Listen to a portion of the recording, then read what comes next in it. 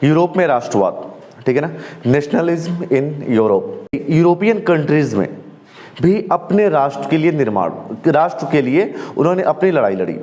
किस तरीके की लड़ाई लड़ी, इसी चीज़ के बारे में हमें जानना है। सबसे पहले यूरोप कौन था, यूरोप कहाँ पे है, ये जानना ज़रूरी है। कल के हम क्लास में समझे थे कि हमारे कितने महाद्वीप हैं, राइट। तो सबसे पहले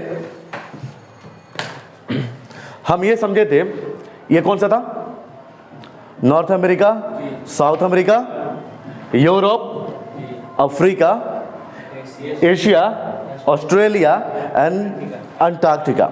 वेरी गुड। तो आज हम बात कर रहे हैं यूरोप को।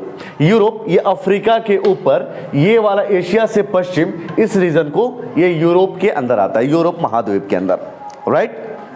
अब एक बार हम यूरोप के अंदर देखते हैं तो आप गौर से देख पाएंगे कि दिस वन फ्रांस, ठीक है, Spain, Germany, UK, Poland, Austria, Hungary, Italy, Romania, Bulgaria, Ukraine, Belarus, Russia, Sweden, Norway, Finland, ये सारी जो देश है, आयरलैंड, आइसलैंड, ये सारा यूरोप के अंदर आते हैं। ओके, ये है हमारा प्यारा भारत, राइट। इसके यहाँ पे एशिया के बाहर यूरोप में दिस वन फ्रांस, ठीक है ना, ये इटली। ओके, तो इस पूरी यूरोप को बारे में पढ़ने के लिए हमें दो चीज़ों के बारे में जानना बहुत ही ज़्यादा इंपॉर्टेंट है। पहला फ्रांसीसी क्रांति and the second one is Napoleon Bonaparte के बारे में। अगर हम जान गए तो ये यूरोपियन कंट्रीज का राष्ट्रवाद हम समझ जाएंगे, ठीक है।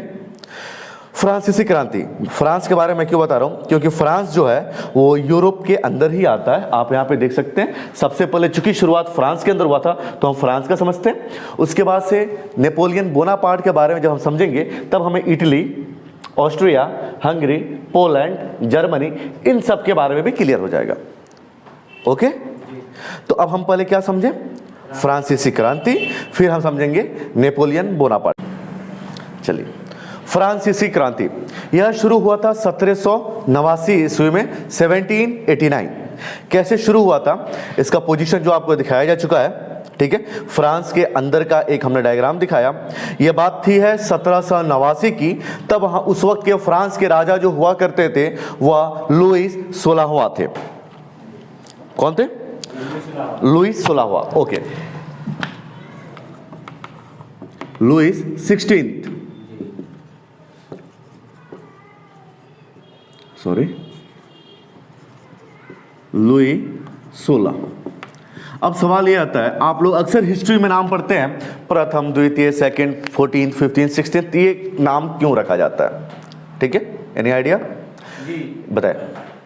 उसके खानदानी वंश, जी, जैसे कि लुई के बाप का नाम होगा लुई 15, उसके बाद ये, इसके बाद इसका, या लुई 16वां था जो वहाँ का राजा था, राइट। एक चीज़ और वहाँ का समझते हैं, फ्रांसीसी क्रांति के अंदर वहाँ के जो लोग थे 3 वर्गों में बांटा गया था। सिस्टम वहाँ कैसा था, 3 स्टेट में बांटा गया था, first state, second state and third state. प्रथम वर्ग, सेकंड वर्ग, थर्ड वर्ग, इसको हम फिर डिटेल में जानेंगे। फिलहाल यूँ समझते हैं कि फर्स्ट स्टेट में पादरी हुआ करते थे। तब पेरिस में फ्रांस के अंदर सबसे बड़ा जो पावरफुल कोई होता था वो पादरी हुआ करता था। पादरी ही धार्मिक और राजनीतिक दोनों मामलातों को देखता था। पादरी, जैसे हमारे यहाँ मुसलमानों में मौलवी और हिंदू में पुजारी पंडित होते हैं, वैसे ही वहाँ पे फ्रांस में यहूदियों में पादरी हुआ करते हैं और थे भी, ठीक है। तो फर्स्ट लेवल पे पादरी आया करते थे, वो किसी भी तरीके का टैक्स नहीं देते थे गवर्नमेंट को, उनको स्पेशल एक छूट मिली हुई थी। सेकेंड लेवल पे नोबेल्टी लोग आते हैं, इलाइट लोग जो होते हैं, लाइक जो भी मंत्री, सिपा सलाहकार और जो बड़े बड़े रईसजादे जो हो गए, ठीक है ना, वो सारे आते थे। जैसे मिनिस्ट्री, आपको डॉक्टर्स, इंजीनियर्स, जो इलाइट ग्रुप के लोग हैं वो सेकेंड में, वो भी टैक्स नहीं देते थे। थर्ड, जो बाकी जितनी आम पब्लिक है, अगर हम रहते तो हम आप इसी थर्ड ग्रुप में आते। ओके, थर्ड ग्रुप के साथ गलत ये था कि टैक्स इन्हीं को ही बस पे करना था और इनको 2 टैक्स पे करना होता था थर्ड वाले को, एक तो गवर्नमेंट को और एक पादरी को। अपने अनाज का 1/10 ये पादरी को कर दिया करते थे, जो हम आगे जानेंगे। बढ़ते हम कहानी की तरफ। मैटर थी 20 जून 1789 ईस्वी को, जब ये इलाइट थर्ड स्टेट वाले जो तीसरे वर्ग के जो लोग थे, जो कि ज़्यादातर गरीब आम लोग थे, वो राजा के निरंकुशता से अखुश थे, खुश नहीं थे, राइट।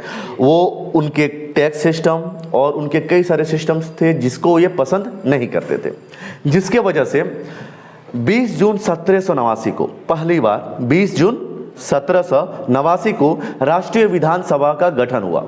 कौन किए लोग? तृतीय स्टेट के लोग, ठीक है, तीसरे वर्ग के लोग, ये एक आम सभा करी जिसका नाम राष्ट्रीय विधान परिषद रखा गया। और उस टाइम पहली बार सरकार के एगेंस्ट जाकर के इन्होंने एक कानून बनाया जो कि पारित नहीं हुआ, लेकिन इन्होंने खुद से ये डिसाइड किया कि अब हमारा शासन चलेगा। राजा अलग है, वो बात अलग है, लेकिन इन्होंने अपना एक कानून बनाया। यहाँ से लोगों के बीच में एक जागरूकता शुरू हुई। इससे पहले तक लोगों के बीच में यह अवधारणा थी कि जो राजा है वह देवी शक्ति उसके पास है, मतलब वो भगवान का दूत है या अल्लाह का फरिश्ता है या जीसस के फरिश्ते हैं। एक राजा का कहा अगर आपने ठुकरा दिया, मतलब आपने भगवान का कहा हुआ ठुकरा दिया, ठीक है। उसको इसने लोगों को बताना शुरू किया, जागरूक करना शुरू किया। जस्ट नेक्स्ट मंथ में, अब इस वक्त तक लोगों के अंदर राजा के खिलाफ भड़कना शुरू हो गया था। क्यों हुआ? वो बहुत सारी चीजें पहले हुई है जो कि हम आगे जानेंगे एग्जैक्टली क्या क्या कारण थे। दिन था अगले महीना 14 जुलाई 1789, 14 जुलाई 1789, 14 जुलाई 1789। लोगों के बीच में, आम लोगों के बीच में यह अफवाह फैल गई कि राजा का सिपाही टाउन में, शहर में घुसने वाला है और जो भी आंदोलनकारी हैं उनको पकड़ के गिरफ्तार कर लेगा।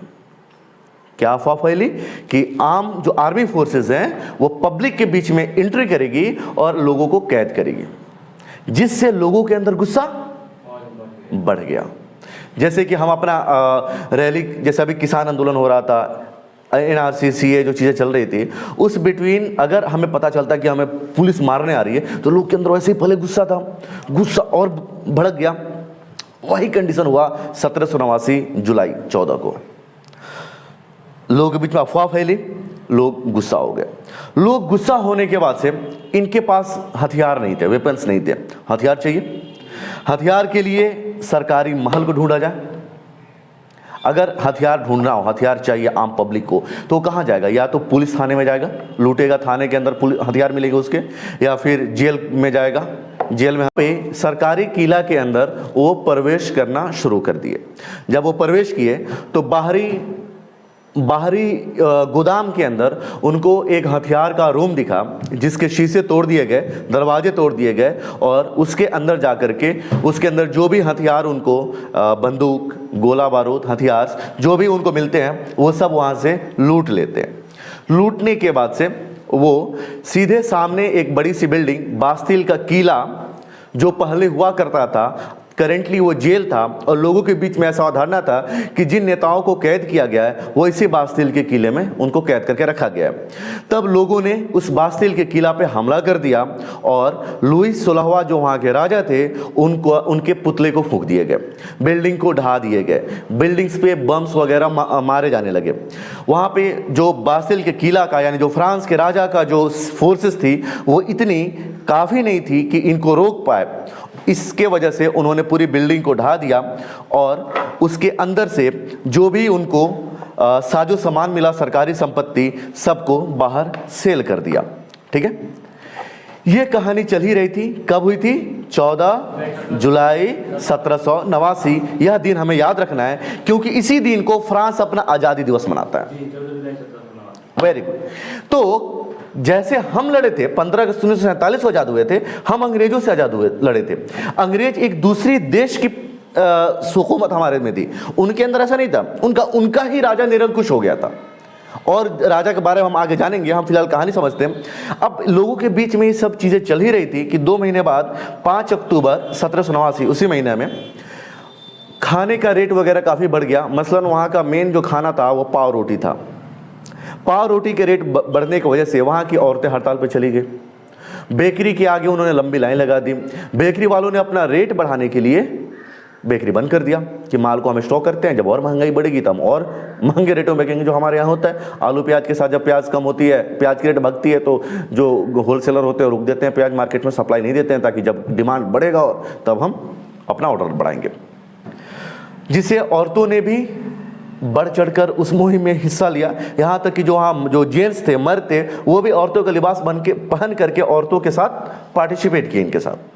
और इस तरीके से यह लड़ाई काफ़ी लंबा खिंच गया। इस तरह से लंबा खिंच गया कि पूरी फ्रांस के लोगों ने इसका समर्थन किया और अंततः वहाँ के जो राजा थे लुईस 16वां, उनको भी फांसी की सज़ा सुना दी गई आम जनता के द्वारा। और वहाँ पे फिर अपना संविधान का निर्माण होता है। इसके अलावा हम आगे फिर जानेंगे, इस तरीके से फ्रांसीसी क्रांति होती है। ठीक है, इसके बहुत सारे रीज़न हैं जो हम आगे धीरे धीरे जानेंगे। फ्रांसीसी क्रांति के मेन कौन कौन से कारण थे। देखिए, किसी भी चीज़ होने के लिए, बाबू ध्यान दीजिएगा,